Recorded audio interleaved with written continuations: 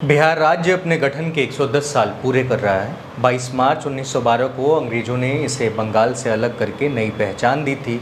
तब से लेकर कई साल और आज़ादी के बाद तक बिहार की पहचान में काफ़ी कुछ नया जुड़ता गया। ये देश का 12वां राज्य था। सन 1912 में बने इस राज्य का नाम बिहार था। आज दुनिया के अधिकांश देशों में शासन का डेमोक्रेटिक सिस्टम है। इसकी शुरुआत भी बिहार से ही मानी जाती है। दुनिया के बहुत से हिस्सों में जब लोग पढ़ना लिखना भी नहीं जानते थे, उस समय शिक्षा का सबसे बड़ा केंद्र नालंदा विश्वविद्यालय इसी राज्य में था। लगभग 6ठी शताब्दी ईसा में पूर्व में बिहार के शासकों का चयन जनता के प्रतिनिधित्व द्वारा किया जाता था। सन 1935 में बिहार से अलग होकर अब ओडिशा नाम का एक नया राज्य अस्तित्व में आया। वहीं सन 2000 में एक बार फिर बिहार का विभाजन हुआ और झारखंड का जन्म हुआ। गांधी मैदान में 22 मार्च को 3 दिवसीय बिहार दिवस समारोह का उद्घाटन इसी मौके पर किया गया है, जिसका उद्घाटन मुख्यमंत्री नीतीश कुमार करेंगे। समापन इसका 24 मार्च को होगा। इस दिन राज्यपाल फागू चौहान शिरकत करेंगे। शिक्षा मंत्री विजय चौधरी ने कहा कि बिहार दिवस समारोह बिहार की माटी की खुशबू, अस्मिता और उसकी पहचान का प्रतीक है। बिहारियों के लिए यह दिन गौरव का विषय है। शिक्षा मंत्री ने बताया कि समारोह का उद्घाटन शाम 5:30 बजे मुख्यमंत्री नीतीश कुमार द्वारा होगा। इस समारोह का थीम जल जीवन हरियाली रखा गया है। उद्घाटन समारोह के ठीक बाद ड्रोन शो आयोजित किया जाएगा। शिक्षा मंत्री ने और क्या कुछ कहा, इस वीडियो में आगे देखिए। हरियाली पर एक लेजर शो भी होगा। ये दोनों तो आपको हम लोग परसों ही दिखा देंगे, जो मुख्य कार्यक्रम उद्घाटन का होगा।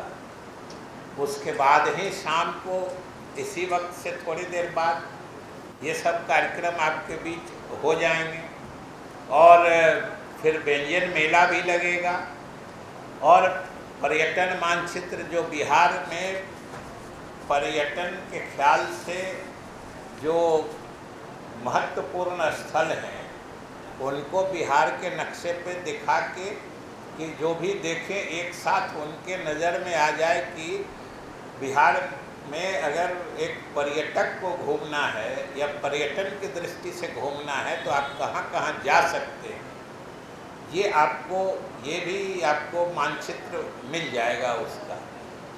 उसी तरीके से जल संसाधन विभाग, आप नदियों के बारे में बराबर सुनते हैं, घाघरा, गंडक, कोसी, कमला, बलान, सब नदी सुनते होइएगा, महानंदा। वो बिहार के नक्शे पर सारी नदियों का उद्गम स्थल से लेके उनका अंतिम छोर जो होता है वो सब बताया जाएगा। और वो समझिए कि सबके लिए कितना रुचि और कितना ज्ञानवर्धक चीज़ हो। ये सब हम लोग उस दिन कार्यक्रम में वहाँ पर लगा रहे हैं। और इसके अलावा भी जो हमने कहा कि सब कुछ हो जाता है, ज्ञानवर्धन हो जाए, अपने प्रदेश के जन्मोत्सव के कार्यक्रम का आयोजन हो जाए सब लोग, लेकिन अगर कुछ सांस्कृतिक मनोरंजन का कार्यक्रम नहीं होता है तो कुछ अधूरा सा लगता है। इसलिए हम लोगों ने उसकी भी पुख्ता और पर्याप्त व्यवस्था की है। पहले ही दिन आप लोग कैलाश खेर को इस देश में कौन नहीं जानता है।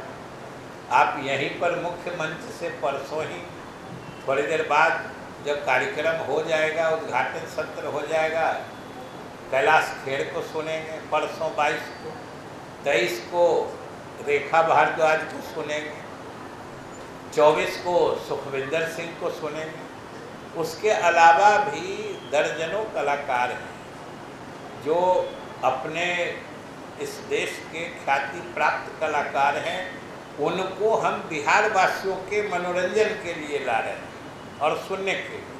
लेकिन ये भी नहीं है कि हम बिहार के कलाकारों की उपेक्षा कर रहे हैं या बिहार के कलाकारों को नज़रअंदाज कर रहे हैं, क्योंकि अगर हम बिहार दिवस मना रहे हैं तो जहां हम बिहार वासियों को ख्याति प्राप्त कलाकारों से मनोरंजन उपलब्ध कराएंगे, वहीं जो हमारे बिहार के कलाकार हैं उनको भी प्रोत्साहित करके आगे बढ़ाने के लिए दर्जनों कलाकार का कार्यक्रम, यही जो मंच है यहाँ से लेके श्री कृष्ण मेमोरियल दोनों जगह कार्यक्रम चलते रहेंगे। वहाँ भी दोनों जगह ये कार्यक्रम चलेगा।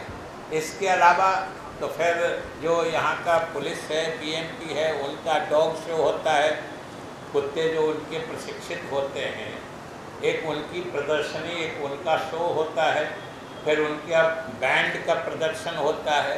तो वो सारी चीज़ें आप सबके मनोरंजन में हम लोग लाएंगे। शिक्षा विभाग चूँकि आयोजन कर रहा है तो इसलिए हमने अपने विद्यालयों, महाविद्यालयों, विश्वविद्यालयों के लोगों, छात्रों, शिक्षकों को भी इस कार्यक्रम से जोड़ने की कोशिश की है। उनके यहाँ भी कुछ कार्यक्रम कराए गए हैं, उसके आधार पर उनका संक्षेप में प्रस्तुतिकरण हम लोग यहाँ भी कराएंगे।